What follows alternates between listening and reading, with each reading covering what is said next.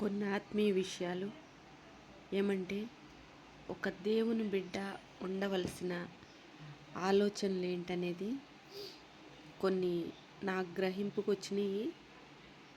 దేవుడు నాతో మాట్లాడినవి నేను రహస్యంగా ఉంచుకోవాల్సినవి కూడా చెప్తున్నాను. ఎందుకంటే మళ్ళా నేను చెప్పే మాటలకి దేవుని దగ్గర నాకు ఎటువంటి ప్రశ్నలు వచ్చినా శిక్షలు వచ్చినా తట్టుకోవటానికి సిద్ధపడే మాట్లాడుతున్నాను. ఏమంటే ఒక దేవుని బిడ్డ ఉండటానికి ఎప్పుడు దేవుని వాక్యం మాత్రమే ఆధారంగా చేసుకోవాలి. ఇంకో విషయం, ఒక దేవుని సేవకుడు దగ్గరికి వెళ్ళినప్పుడు ఒక అద్భుతం జరుగుతుంది. చక్కగా వాక్యం చెప్తారు, చక్కగా ప్రార్థన చేస్తారు, మన తరపున మొరపెడతారు. ఇటువంటివి ఆలోచించకూడదు. దేవుని బిడ్డగా ఉండాలి అనుకున్నప్పుడు సమస్యల పరిష్కారం కోసం ప్రార్థన. నాకు తెలిసిన ఆలోచన ఏంటంటే, యోనా నీనెవె పట్టణానికి చెప్పినప్పుడు వాళ్ళు ఏ విధంగా ఉపవాసం ఉండి గోనె పట్ట కట్టుకొని ఏ విధంగా మొర్ర పెట్టారో ప్రార్థన అలా ఉండాలి.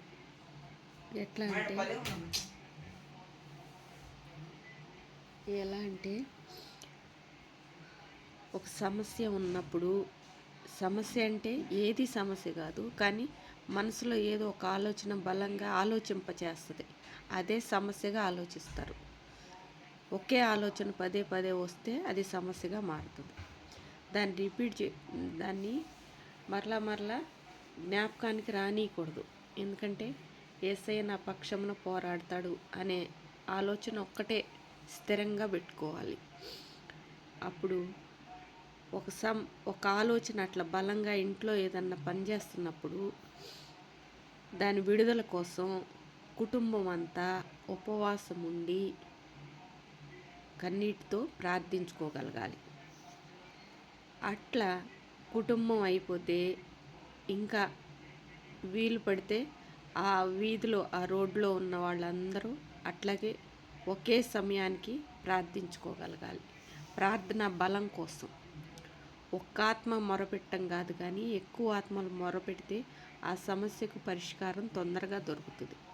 అందుకని ఎక్కువ ఆత్మలు వాళ్ళు అయిపోతే ఆ ఊర్లో వాళ్ళందరూ అయిపోతే ఆ జిల్లాలో వాళ్ళు, జిల్లా అయిపోతే దేశం, ఇట్లా అందరూ ఒకే సమయానికి అంటే ఒక ఆలోచన. దేవుడు ప్రాతకాలమున అప్పగింపబడి 9 గంటలకు ముండ్ల కిరీటం పెట్టారు, 12 గంటలకు సిలువ వేశారు, 3 గంటలకు ఆత్మను అప్పచెప్పాడు. ఈ సమయాలు తీసుకొని ప్రాతకాల సమయం నుండి కనీసం ఉదయం 5-6 సమయాల్లో నుంచైనా 4ంటికి కరెక్ట్గా ఉంటుంది ప్రాతకాల సమయం. 4 నుండి సాయంత్రం 3 వరకన్నా ఉపవాసం ఉండి మొత్తం ఒకే మనస్సుతో ప్రార్థించుకుంటే, ఒకే ఆలోచన గురుండి విడుదల కోరుతూ అడిగితే దేవుని సన్నిధిలో పరిష్కారం దొరుకుతుంది. ఇట్లా ఉండాలి ప్రార్థన. ఇది నాకు బయలుపరచబడిన విషయం. ఇది ఎంతవరకు నమ్ముతారో, ఎంతవరకు ఉపయోగపడుతుందో అని చెప్పి నేను బయలుపరుస్తున్నాను. ఇంకోటి, నేను చాలా బాగా ప్రార్థన చేసుకుంటున్నాను అనే గర్వం లోపల రానియకూడదు. విశ్వాసంతో ప్రార్థించుకునేటప్పుడు ఒక ధైర్యం రావాలి, కానీ గర్వం రాకూడదు. ధైర్యం రావాలి. యేసయ్య నాకు తోడుగా ఉన్నాడు, యేసయ్య నా పక్షమునకు వచ్చాడు, నా ఈ ప్రార్థన కొంత దూరం ప్రయాణం అయింది, కొంత సమయం వెళ్ళింది, కొన్ని ఆత్మల ద్వారా చేర్చబడింది, ఇట్లా అనుకోవాలి. అంతేగాని అందరి చుట్టూ ఉన్న అందరి ప్రార్థన కంటే నా ప్రార్థన గొప్పగా ఉందనే గర్వం రానియకూడదు. ఇది ఒక విషయం. మరొకటి, ఈ ప్రార్థించుకునేటప్పుడు ఏకాగ్రతగా ఏక మనసుతో ప్రార్థించుకుంటూ ఎవరికి వారు విశ్వాసం గలవారై ఉన్నారో లేదో మిమ్మల్ని మీరే పరీక్షించి చూచుకొనుడి అని వాక్యంలో ఉంది. నేను అనుకోవటం కొరింథీ అనుకుంటా. దానిలో గమనిస్తే ఉంటుంది. మిమ్మల్ని మీరే పరీక్షించి చూసుకొనుడి, విశ్వాసం గలవారై ఉన్నారో లేదో. ప్రతి చిన్న ఆలోచనకి, సమస్య అనుకునేదానికి పరిష్కారం వాక్యం రూపంలో ఖచ్చితంగా దొరుకుతుంది. బైబిల్ శ్రద్ధగా చదివినప్పుడు ప్రతి దానికి ఆలోచన ఉంటుంది. అలాగే చిన్నపిల్లలు యవ్వనంలోనికి వచ్చినాక తల్లిదండ్రులు పట్టించుకోవట్లేదు అనుకుంటారు. అట్లాగే వృద్ధాప్యంలోని వారు బిడ్డలు పట్టించుకోవట్లేదు అనుకుంటారు.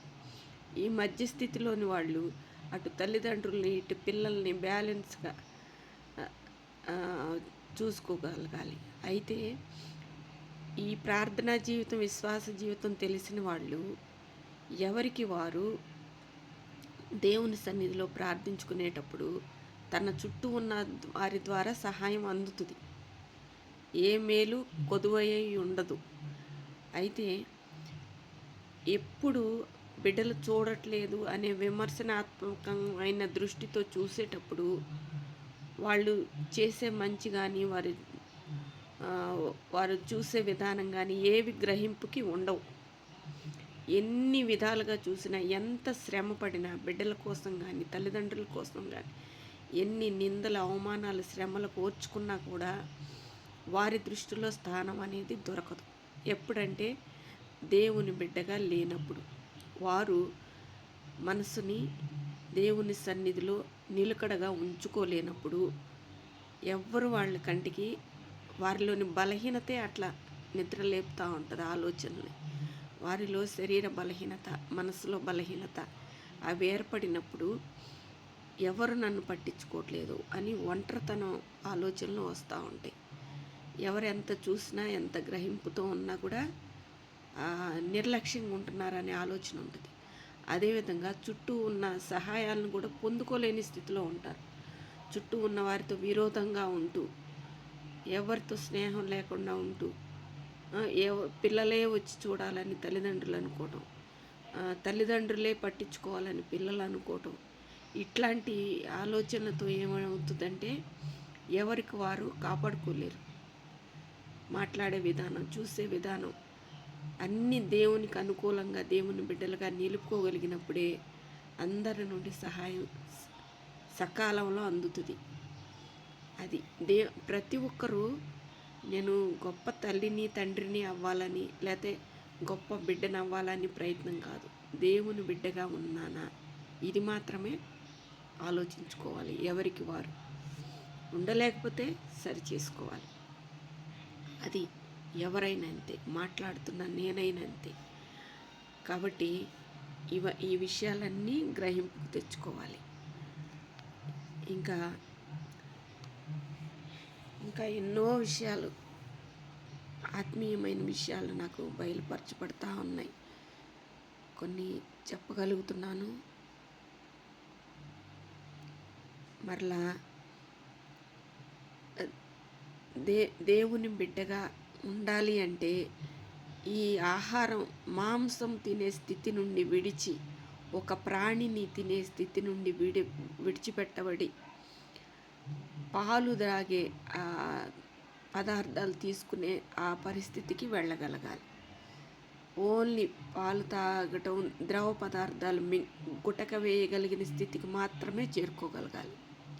ఆహారం సమస్తాన్ని, లోకంలో ఆహారాన్ని విడిచిపెట్టి ఆ స్థితికి వెళ్ళినప్పుడు మాత్రమే పరిశుద్ధులుగా కనబడతారు. అలా వెళ్ళాలి అంటే ముందు ఆహారం కంటికి ఇష్టంగా కనపడిద్ది, తర్వాత నాలుగుకి రుచిగా కనపడుతుంది, పంటికి రుచిగా తెలుస్తుంది. ఈ విధమైన అలవాటుతో ఆహారం విస్తారంగా తీసుకుంటూ ఉంటారు. అయితే ఆ నాలుక వద్ద, నోటి వద్ద అక్కడే ఒక పలచని స్థితి ఏర్పడి, ఎప్పుడైతే మంట అనేది తెలుస్తూ ఉంటుందో, ఆ శరీరం అంతా పలచన ఏర్పడి బాల్య స్థితికి వెళ్ళి అక్కడ మంట స్థితి తెలుస్తుందో, అప్పుడు పాపం వైపు చూడరు, తిండిపోతులుగా ఉండరు, నిద్రపోతులుగా ఉండరు. ఈ బాధలు ఒంట్లో కానీ, మనసులో కానీ, శరీరంలో కానీ ఏదో ఒక బాధ ఉంటేనే ప్రార్థన బలంగా కొనసాగుతుంది. ఇట్లా శరీర బలహీనతలు ఏర్పడినప్పుడు ప్రార్థన విశ్వాసంతో ప్రార్థిస్తారు. ఆ సమస్య నుండి విడుదల కొరకు ఎంతో భారంతో కూడిన ప్రార్థన అనేది వస్తుంది. కాబట్టి ఈ ముందు పళ్ళ వద్ద ఎంతోమందిని గమనిస్తే పై పళ్ళు కానీ కింద పళ్ళు కానీ ముందు పళ్ళ వద్దే ఎంతో బరువు ఉంటుంది. దాన్ని దవడల వద్ద నుండి సరిచేసుకోవచ్చు. దవడలు పైకి అంటుకుపోయే విధంగా నాలుక దవడకు అప్పచెప్పబడింది. నాలుక దవడకంటుకుంది, దేవునికి దవడకంటుకుంది. అట్లాంటి స్థితికి వెళ్ళిపోయాడు, నాలుక లోపలికి మడుచుకునే పరిస్థితిగా. కాబట్టి ఇవన్నీ గ్రహింపులో ఉండాలి. దేవుని బిడ్డ అనేది విశ్వాస మార్గంలో కొనసాగటానికి పూర్తిగా సేవకుల పైన ఆధారపడటం కాకుండా, ఎంత ఆధారపడ్డా ఎవరెంత ప్రార్థించినా వారి ప్రార్థన వీరికి సహకారంగా ఉండాలి అంటే వ్యక్తిగత ప్రార్థన బలంగా ఉంటే ఈ ప్రార్థనకి సేవకుల ప్రార్థన కూడా కొంత తోడుగా వెళ్తుంది. కొంత దూరం వరకు ప్రయాణం సాగుద్ది. గాలిలో ఎగరగలిగిన పరిశుద్ధాత్మ శక్తికి గుర్తుగా ఉన్న పావురం ఆత్మను చేరుకోగలిగినంతగా వెళ్తుంది. లేదంటే నేల మీద ప్రాకే స్థితిలో ఉంటుంది, నడిచే స్థితిలో, గంతే స్థితిలో అక్కడక్కడే తిరుగుతూ ఉంటుంది. అక్కడక్కడే ఉంటుంది ఆత్మీయ స్థితి అనేది. ఎవరు ఏ స్థితిని కలిగి ఉంటే చుట్టూ ఉన్న లోకం కూడా అదే విధంగా కనపడుతుంది. దీనిని బట్టి ఆలోచిస్తే చుట్టూ ఉన్నవారు ఏంటి, లోకం ఏంటి అనేది సమస్తం గ్రహింపుకు వస్తుంది. ఇంకా అపవాదులు ఎక్కడో ఉండరు, ఇంకా దేవుని బిడ్డలు ఎక్కడో ఉండరు. వాళ్ళ కోసం వెతకాల్సిన పని లేదు, దేవుని రాజ్యం కోసం వెతకాల్సిన పని లేదు. దేవుని రాజ్యం కూడా చుట్టూ ఉంటుంది. ఎప్పుడు అదంటే మనోనేత్రాలు తెరవబడినప్పుడు, ఈ ఆత్మీయ స్థితి సరి చేసుకోగలిగినప్పుడు దేవుని రాజ్యం కనపడుతుంది. లేదంటే లోకంకు సంబంధించిన స్థితే ఎక్కువగా పనిచేస్తుంది. ఇవి తెలుసుకోవాలి. దేవుని చిత్తంలో ఇవన్నీ మాటలు పనిచేయాలని ప్రార్థిస్తున్నాను. నా పట్ల కూడా దేవుడు కనికరం చూపి ఈ మాటలను నేను పాటించటానికి నాకు నడిపింపుని, శక్తినివ్వాలని యేసు నామమున ప్రార్థిస్తున్నాను. ఆమేన్.